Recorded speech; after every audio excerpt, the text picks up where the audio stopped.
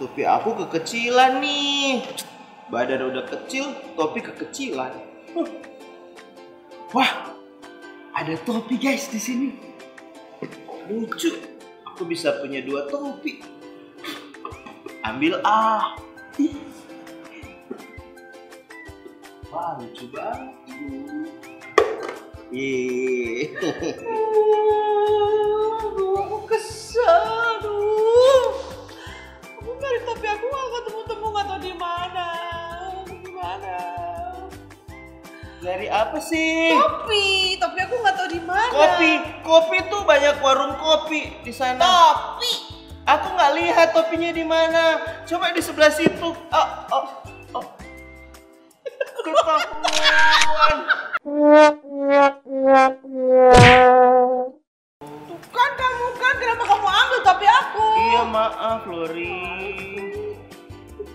Salah. Pakainya di atas.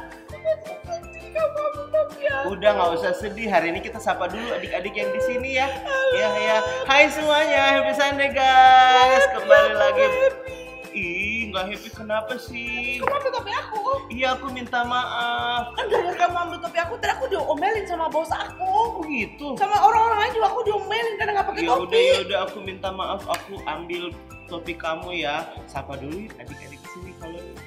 Hai guys semua. Happy Sunday. Happy Sunday semuanya. Bersama di kita bareng-bareng di sini ya. Online. Yeay, seneng banget. Minggu lalu kita udah belajar tentang ketaatan dari Yosua. Dan hari ini kita mau belajar rada mirip nih dengan yang tadi soal ngambil-ngambil topi kita tadi itu loh. Kamu yang ambil topi aku. Maaf, aku salah ya? Aku sama seperti kisah yang akan kita bahas, yang kita mau nonton sebentar lagi tentang Akan. Namanya Akan. Bukan yang akan datang. Bukan, akan tercatat dalam Yosua pasal 7 dan pasal 8. Wow, oke. Iya, kalau jadi gara-gara akan ngambil barang yang dikhususkan sama Tuhan nggak boleh diambil, dia ngambil. Akibatnya bangsa Israel tuh susah ngalahin musuh, malah musuh yang kalahin bangsa Israel. Iya, sampai kata ada yang meninggal ya. Bener banget. Wah. Jadi ketidaktaatan itu berakibat ngerugiin banyak orang. Hanya karena ketidaktaatan. Disuruh jangan ngambil barang itu, dia malah ngambil. Seru banget loh ceritanya. Aku mau nonton dong. Kita nonton yuk. Iya. Kita lihat sama-sama yuk tentang kisah dari dosa Akan. Mari kita nonton. 2 battles with Ai, Joshua 7 and 8. God had given the Israelites instructions about the treasures they found in Jericho, the gold, silver, brass, and iron. Everything was to go into the treasury of the Lord. It all belonged to him. No one was to take anything for himself. Everyone obeyed, everyone except a man named Achan. He took a beautiful coat and some silver and gold for himself. He hid them in a hole in the ground under his tent where no one would see them.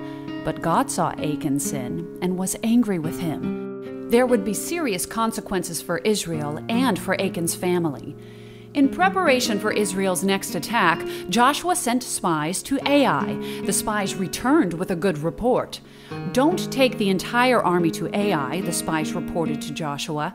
It's a small city, and there aren't many people living there. 2,000 or 3,000 men should do the job just fine. About 3,000 soldiers marched to Ai. They expected to win the battle.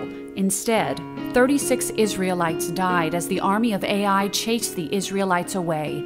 When the people of Israel heard what had happened, they were alarmed. How could this happen?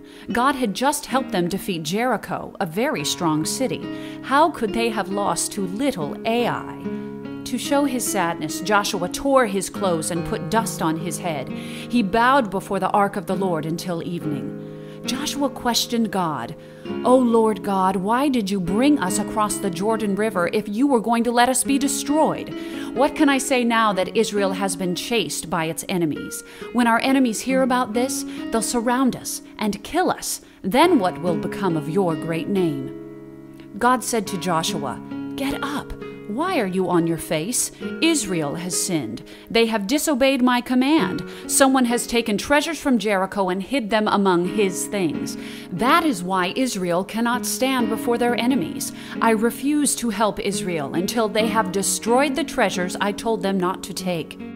God told Joshua to separate the Israelites by tribe, family, household, and person.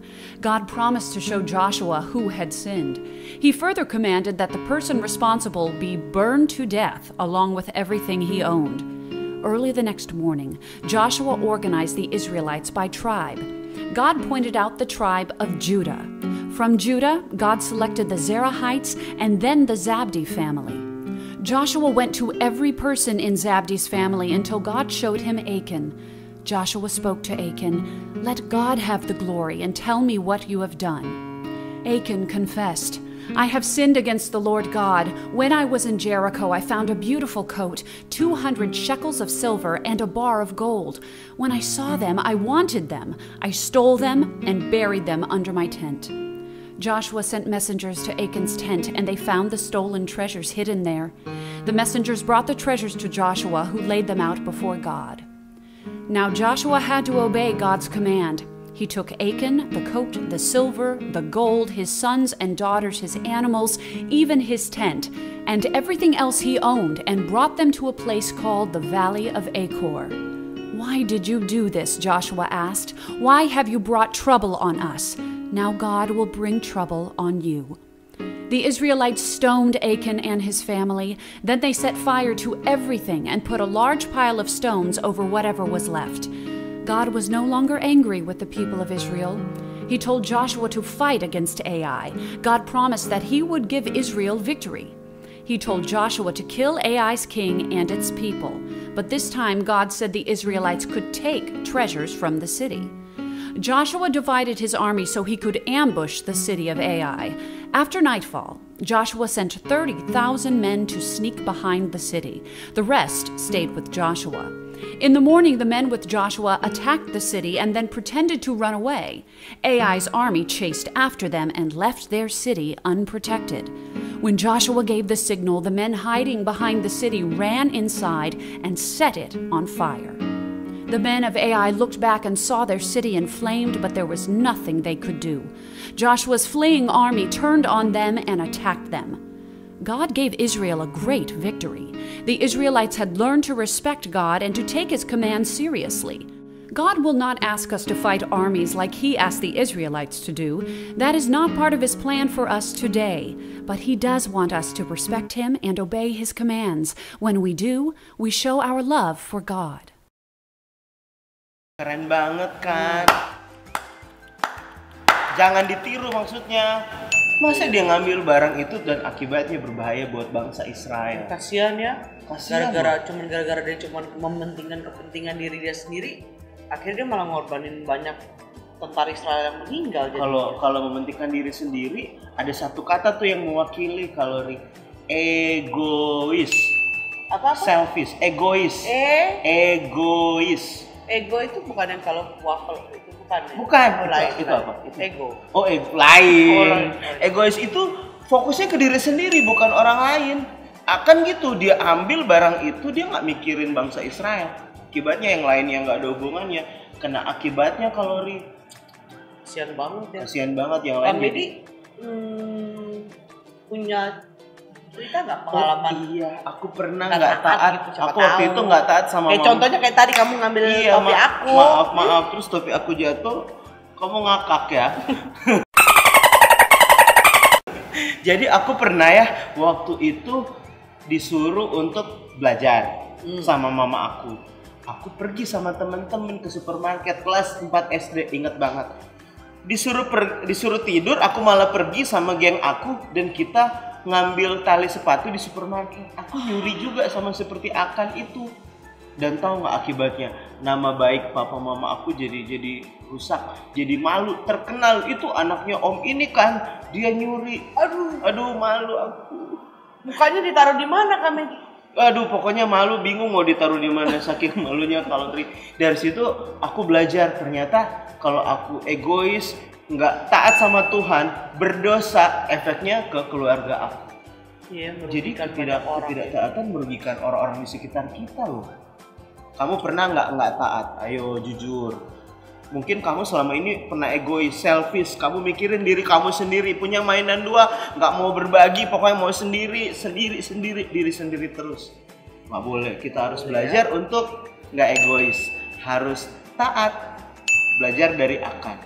Kok taat belajar dari akan? Oh iya, Kesalahannya. Kalau kalori pernah nggak tahu? Pernah nggak ya? Dulu waktu masih anak-anak. Dulu pernah.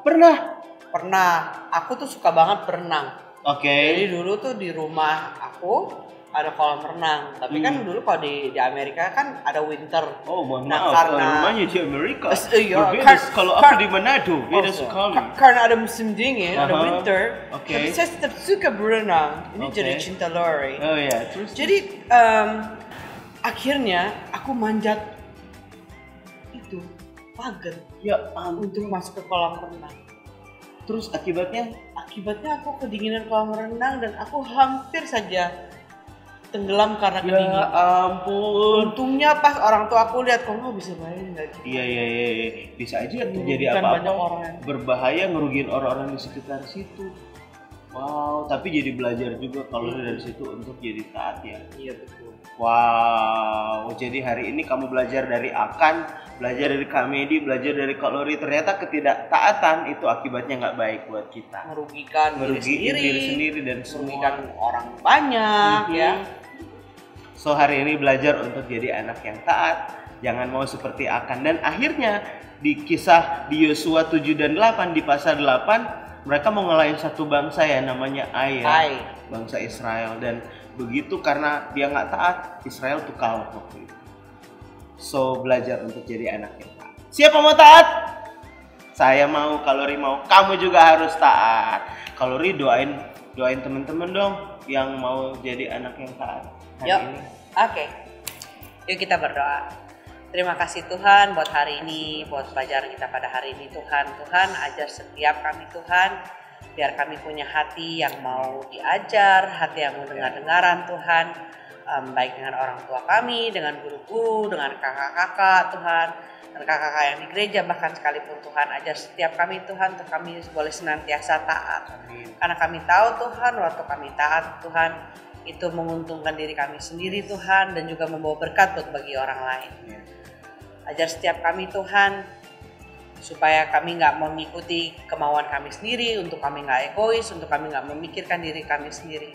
Tuhan, hari ini kami juga berdoa Tuhan untuk banyak mungkin teman-teman kami, om-om, tante-tante Tuhan yang mungkin sedang sakit Tuhan akibat wabah corona Tuhan Yesus. Kami berdoa Tuhan biar kesembuhan, pemulihan segera terjadi buat Indonesia Tuhan, buat bangsa kami Tuhan Yesus. Tuhan, bila saat Tuhan kami sedang belajar di rumah, kami sedang social distancing Tuhan, itu juga satu bentuk ketaatan kami Ya, Tuhan Yesus, amin. untuk kami boleh jadi terang buat sekitar kami Tuhan, untuk kami nggak nularin orang lain Tuhan Yesus, untuk nggak menambah keparahan daripada wabah ini. Terima kasih Tuhan, terima kasih Yesus. Di dalam nama-Mu kami berdoa. Amin. Amin. Wow, powerful sekali doanya Kalori. So kita hari ini belajar untuk jadi anak yang taat. See you again guys, bye, happy Sunday.